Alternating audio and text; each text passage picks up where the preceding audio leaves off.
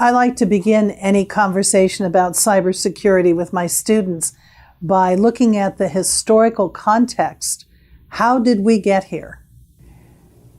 One of my favorite tools is this table that describes the attributes of the agriculture age, the industrial age, and the information age. And many of us have actually experienced all three in our growing up. If you can imagine yourself back in the 1700s, the heart of the agricultural age, and imagine how landowners lived in those days, you can visualize what your day was like, what your interrelationships were like, your interactions with people, how your work was organized, who you spoke to, who you worked with. Essentially, you were very tied to the land, and you were tied to the seasons, and you were tied to the sun. So you woke up with the sun, you went to bed with the sun. With the industrial age, we introduced a lot of artificial constructs into our existence. So the factory whistle was what really guided people's days. You ended up with 9-to-5 jobs or 8-to-4 jobs, and people tended to work where the capital equipment was concentrated. So you had machinery develop, you had the steam engine, and these eventually ended up accumulating people and tools and resources, and we saw the birth of corporations, and we saw the birth of mega corporations that hire thousands of people that are organized in a hierarchy, that are organized in silos around topics. So you have the human resource department, you have the engineering department, you have the legal department, and all of these are nicely siloed in a bureaucracy, and they tend to make us specialists. So our jobs become very proscribed in really a narrow specialty, unlike what farmers experienced in the agricultural age, where they were basically dependent on themselves and had to take care of the entire production process of their farms. With the industrial age, we specialized. Now, moving into the information age, which is the transition that many of you have experienced in the last couple of decades. The information age brought in a whole new reality, and now we're no longer tied to the desk, tied to a building, tied to our organization in the same way.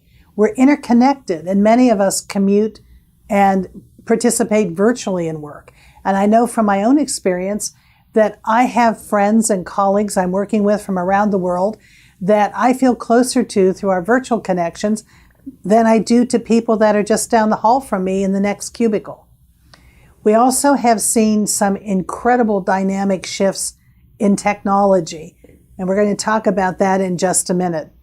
But we also have seen evolve an interdisciplinary approach to work.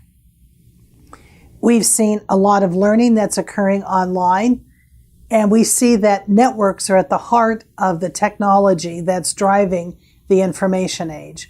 But let's look at how our computer systems have evolved and how networks have evolved.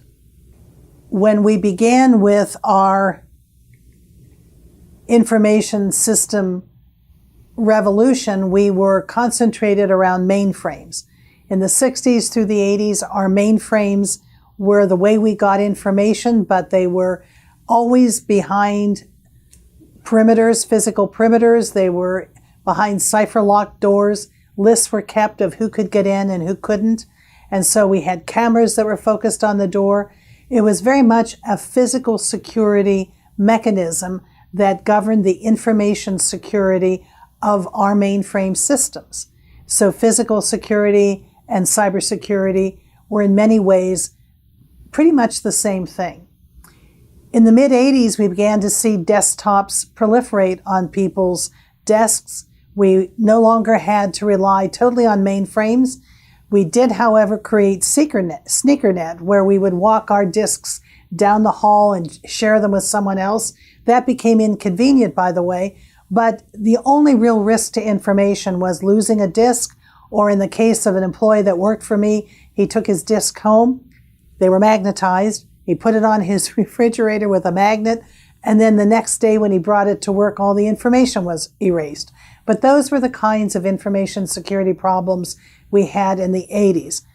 But we began to wire up our systems because it was awkward to rely on SneakerNet, and we certainly saw the convenience of being able to pass files along a wire. And what happened in that transition, in my opinion, was a lack of imagination of how we were upending information security and introducing vulnerabilities. In one way to look at the network systems that we produced, every desktop computer, every wire in the system, every node, every edge presented a possible vulnerability. You could have somebody that would wait until you left to go down the hall, get in behind you, and log right into your system and have access to your files. You could have somebody interrupt a signal on a wire and download information that's being transmitted. But most of us still stayed in our mainframe imagination and thought about physical security when we thought about cybersecurity.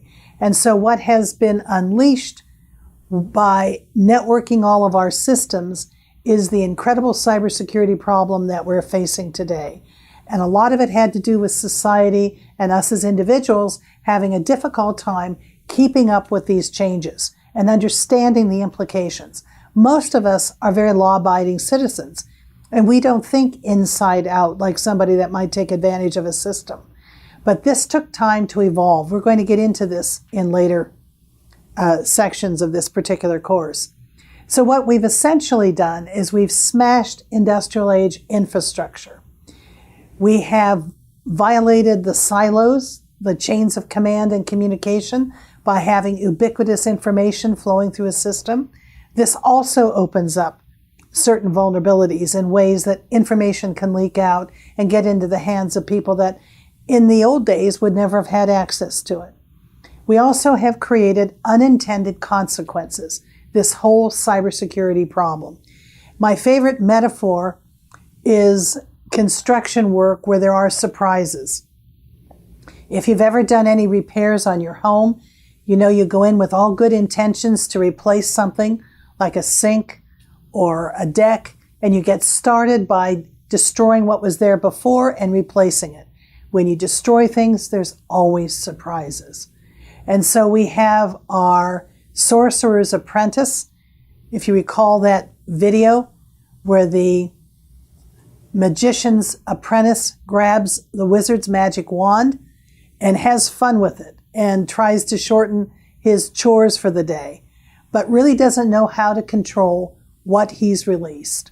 And that's precisely what we find ourselves in right now, a situation where we have unleashed incredible capability and opportunity and potential through our digital systems, but at the same time, a lot of unintended consequences because we're now moving into this thing called cyberspace, where the way we do business, the way we think, the way we interface with reality has been totally changed. We'll be talking about that in future topics.